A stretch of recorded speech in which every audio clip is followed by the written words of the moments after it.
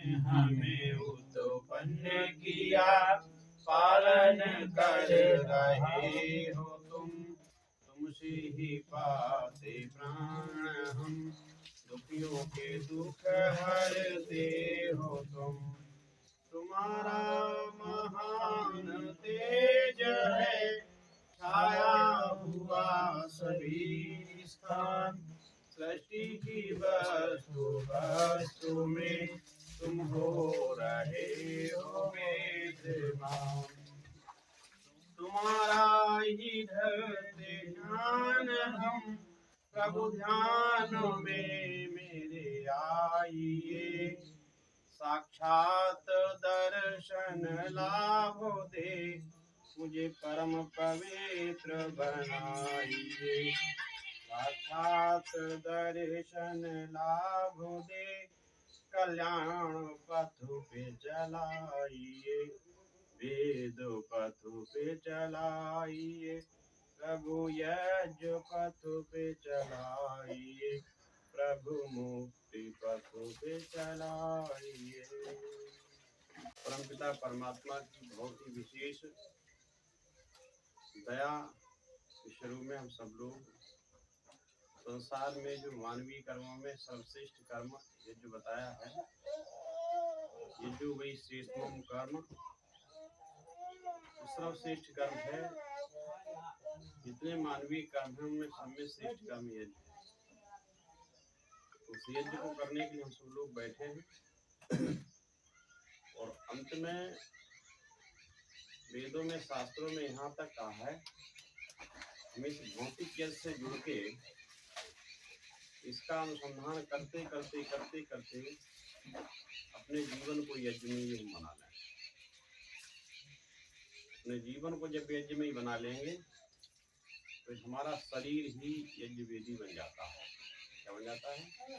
शरीर यज्ञ बन जाता है। इस वेदी की आवश्यकता नहीं पड़ती, क्योंकि इसमें हम सीमित कर सकते हैं यज्ञ।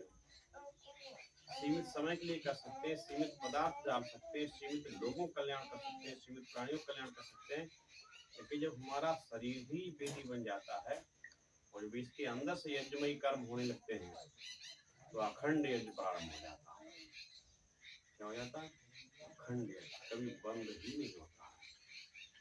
और फिर जितने भी संपर्क में इसके प्राणी आते हैं उन्हीं का तांत्रण होता जाता है।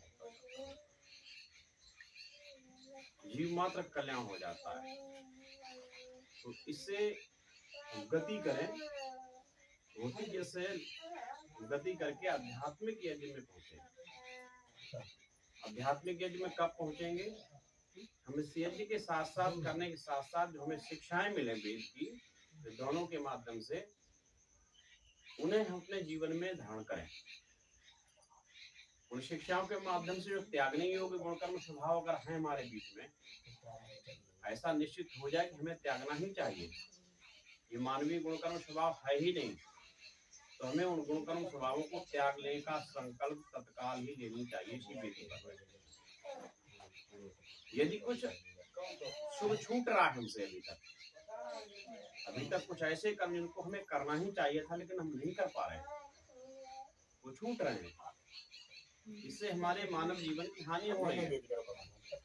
तो जो श्रेष्ठ कर्म छूट रहे हैं, जिनको नहीं हम कर पा रहे हैं या नहीं कर रहे हैं, और आज से अगर शिक्षा हमें मिले यजुर्वेदी के माध्यम से, वेद के माध्यम से, विद्वानों के माध्यम से, ये कर्म निश्चित करने ही चाहिए प्रत्येक व्यक्ति को।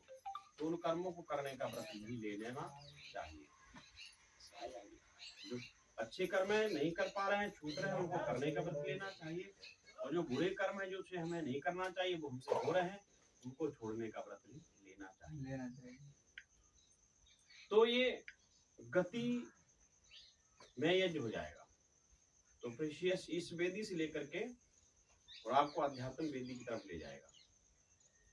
इस यजमान, अभी इस वेदी के तो यजमान आप हैं और हम इसके पुरोहित हैं, ब्रह्मा हैं।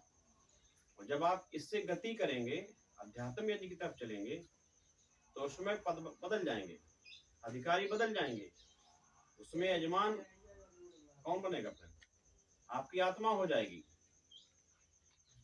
उसमें यजमान कौन होगा? आत्मा होगी। और पुरोहित कौन होगा? परमात्मा होगा। तो आपकी आत्मा उस परमात्मा की सानिध्य में कार्य करना शुरू कर देगी।